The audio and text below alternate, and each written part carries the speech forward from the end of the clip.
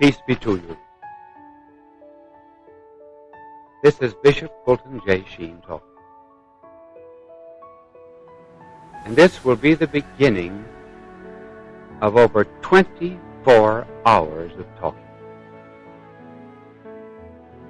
Women are accused of doing all the talking. This is to prove that men do their share. I remember some years coming back from Europe, and a steward came out on the deck of the ship, and he said, "Are you the Bishop Sheen who gave the mission sermon at St. Patrick's Cathedral 2 years ago?"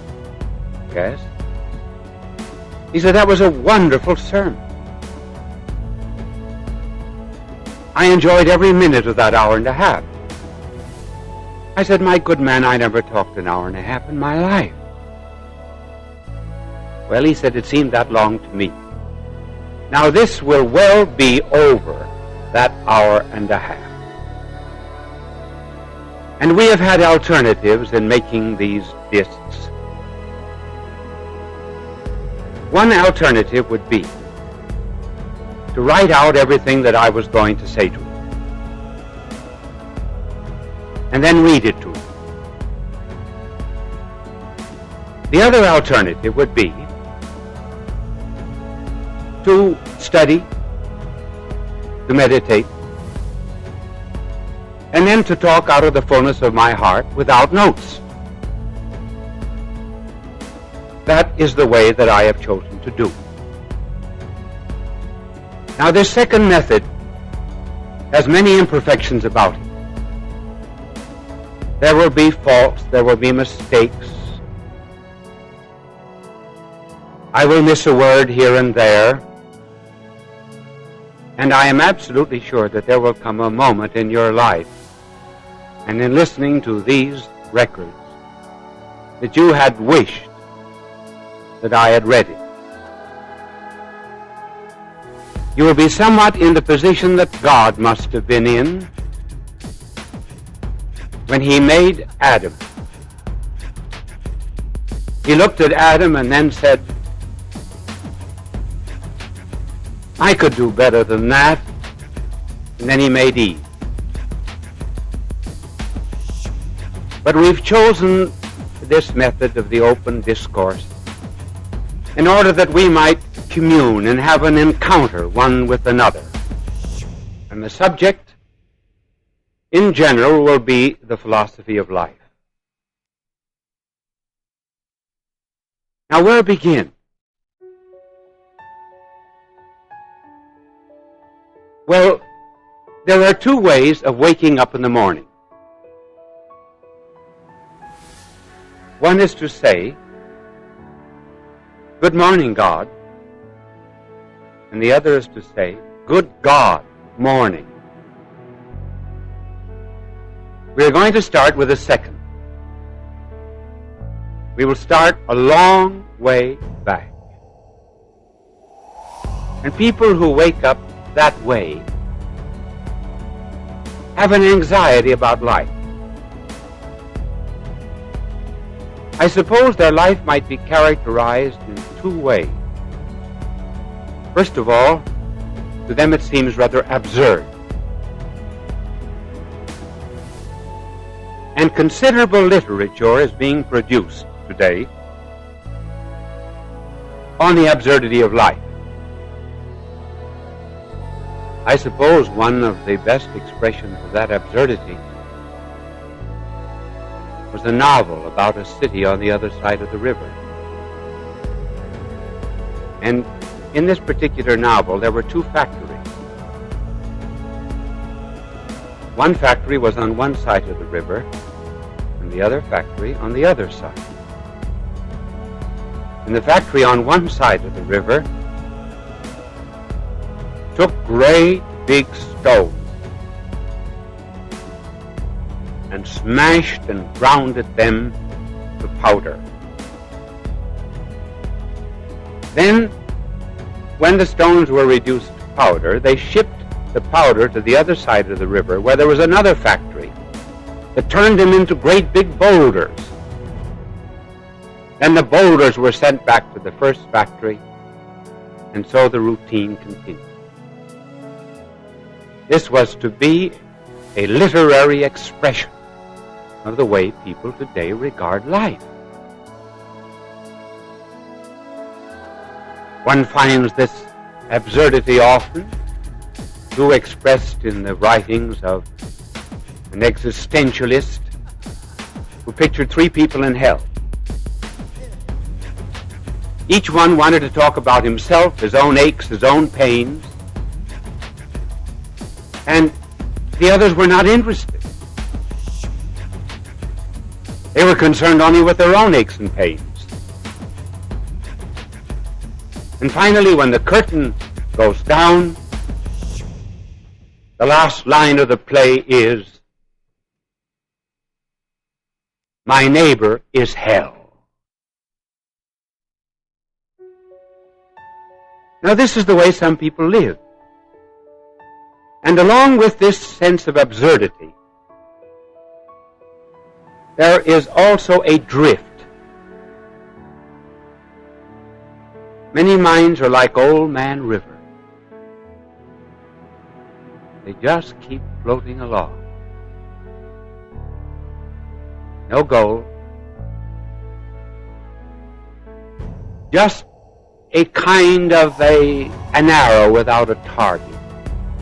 Pilgrimage without a shrine. Journeys at sea without any kind of a port. Now, what is the common conclusion of people who wake up and say this? Good God, morning. I think the common characteristic of them all is life has no meaning. It's without purpose, without goal, without destiny. I remember when I first went to Europe to study as a young priest. I was following courses during the summer at the Sorbonne in Paris, principally in order to learn French. And I dwelt in a boarding house that belonged to a certain woman whom we will call Madame Citron. I was there about a week. And she came to me and said something, but it was all French to me. You get so angry in Paris because the dogs and the horses understand French, and you don't.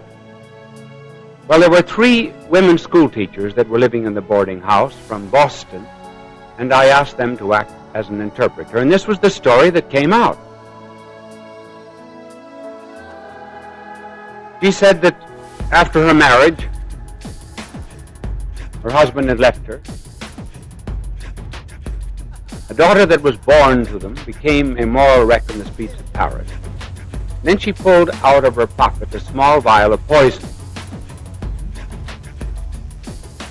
She said, I do not believe in God. Sometimes the thought comes to me that there is a God, and then in case there be one, I curse him. So I've decided, simply because life has no meaning and is absurd, to do away with it. I intend to take this tonight. Can you do anything for me? Well, through the interpreter, I said, I can't if you're going to take that stuff. So I asked her to postpone her suicide for 9 days. I think it's the only case on record of a woman postponing a suicide for 9 days. Well, I never prayed before in my life as I prayed for that woman. And on the 9th day, good Lord gave her great grace. Some years later, on the way to Lourdes, I stopped off at the city of Docks, where I enjoyed the hospitality of Monsieur, Madame, and Mademoiselle Citron. And I said to the village curé, are the Citrons good Catholics? Oh, he said, it's wonderful when people keep the faith all during their lives. He did not know the story. So it's possible to find one's way out of this absurdity. But now let's come to a question. which interests all psychiatrists and interests all of us. What is the difference between a normal and an abnormal person?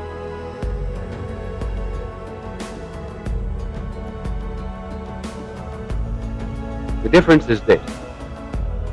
A normal person always works toward a goal or a purpose. The abnormal person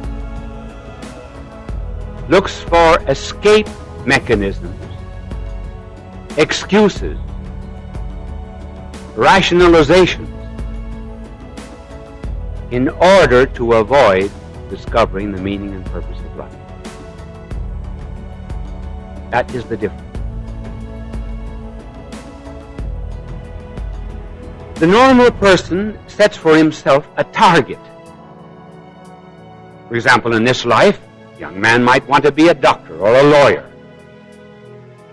But beyond that, there's something else. Suppose you ask, what do you want to do after you become a doctor? Well, I want to marry, and then raise children, and then be happy, and then make money, give money to my children, and then there comes the last, and then.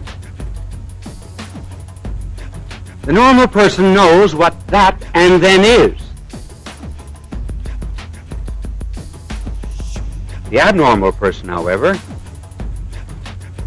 is locked up within the barrel of his own ego. He's like an egg. He's never been hatched. He refuses to submit himself to a certain amount of divine incubation in order to arrive at a different life than he has. Now, what are some of the escapes of the abnormal person? Because that's the way he spends his time. If he wants to go, for example, from New York to Washington, he isn't concerned about Washington. He's concerned about giving excuses why he doesn't go to Washington. Now, just to mention a few of these escape mechanisms of the abnormal person. One, love of speed.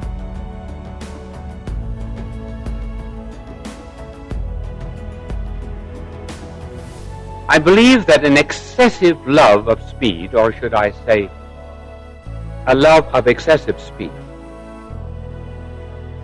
is due to a want of a goal or purpose in life. So they do not know where they're going, but they certainly are on their way. And there may even be an unconscious or half-conscious desire to end life, because it is without purpose. Another escape would be sex, throwing oneself into business in an abnormal kind of way, in order to have the intensity of an experience atone for a want of goal or purpose.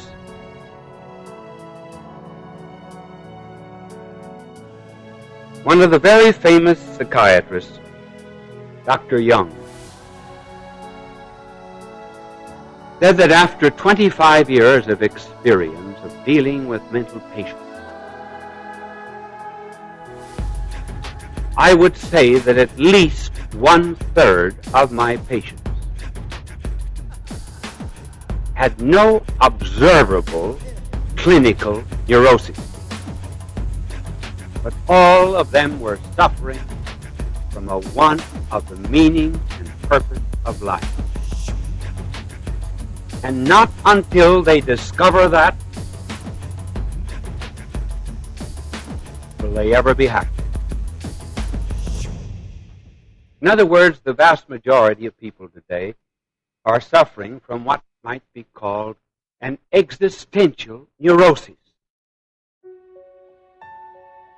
the anxiety and the problem of living, the answering of the question, what is it all about? Where do I go from here?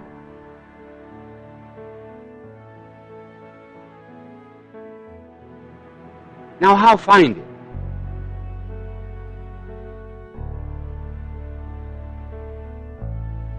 I know what you're thinking. Now you're thinking, now he's going to tell us to get down on our knees and pray to God.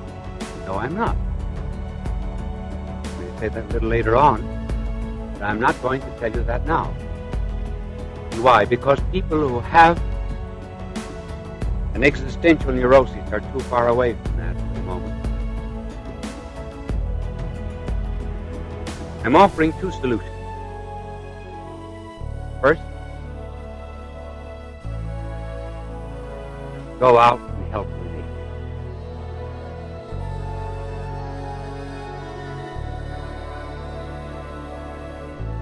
Those who suffer from an anxiety of life do so because they live only for themselves. Their mind, their heart, each has been dammed up. And all of the scum of the river of life makes of the heart and mind kind of a garbage.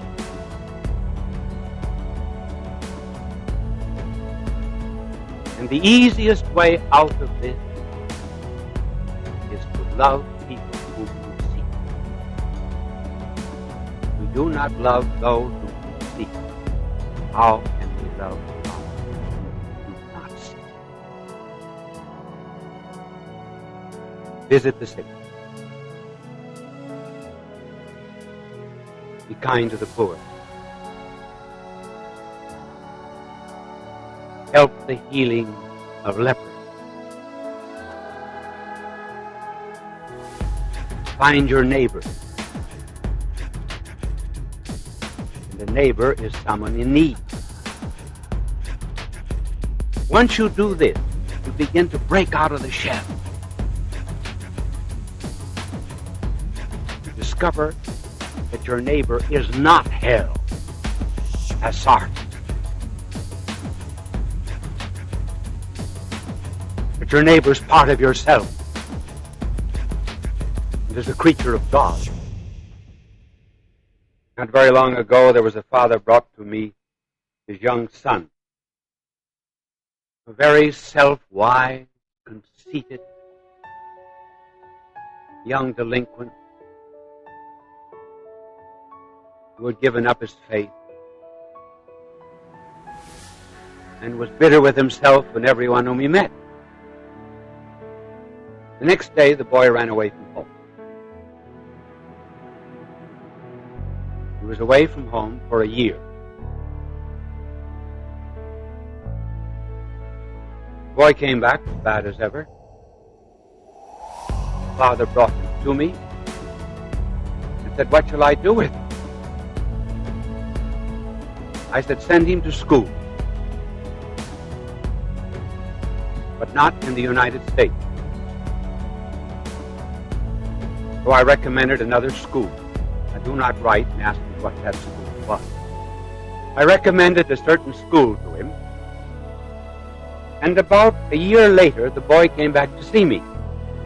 He said, "Would you be willing to give me moral support for an enterprise that I have undertaken in Mexico?" He said, "There's a group of boys in the college where I am who have built a little school, and we have gone all around the neighborhood and brought in the children to teach them catechism. We have also brought in a doctor from the United States once a year and for 1 month to take care of all of the sick people of the neighborhood." And I said, "How did you become interested in this?" Well, he said, the boys went down there during the summer, and I thought I would go down too. He recovered his faith, and his his morals and everything else in his neighbor.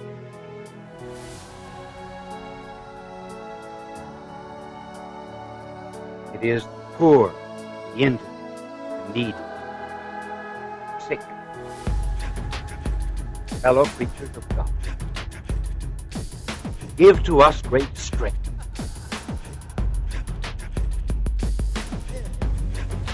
Some years ago, there was an Indian who went into Tibet. He went in to do a little evangelizing of that country.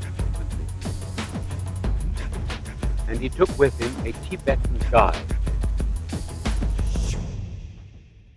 In the course of the trip, they got very cold, crossing the foothills of the Himalayas.